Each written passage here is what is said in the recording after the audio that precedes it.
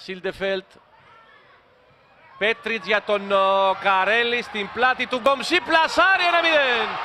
Το έβαλε τον γκολ ο Καρέλης στο 67. 1-0 ο Παναθηναϊκός. Μετά το 55 η ομάδα του Αναστασίου και με τον Κλωναρίδη στην πλευρά του Μπαξεβανίδη, αλλά και εδώ με την κίνηση του Καρέλη στην πλάτη του Γκομσί. Είναι ωραία η πάσα του Πέτριτς, ψύχρεμα πλασάρι ο Νίκος Καρέλης. Πάσα Νίνη, σουτ, Νάνο στα σώματα. Άφησε ο Νάνο, τσίμπησε ο Καρέλης. Πράνιτς. Ο Καρέλης περνάει στην περιοχή, πέναλτι.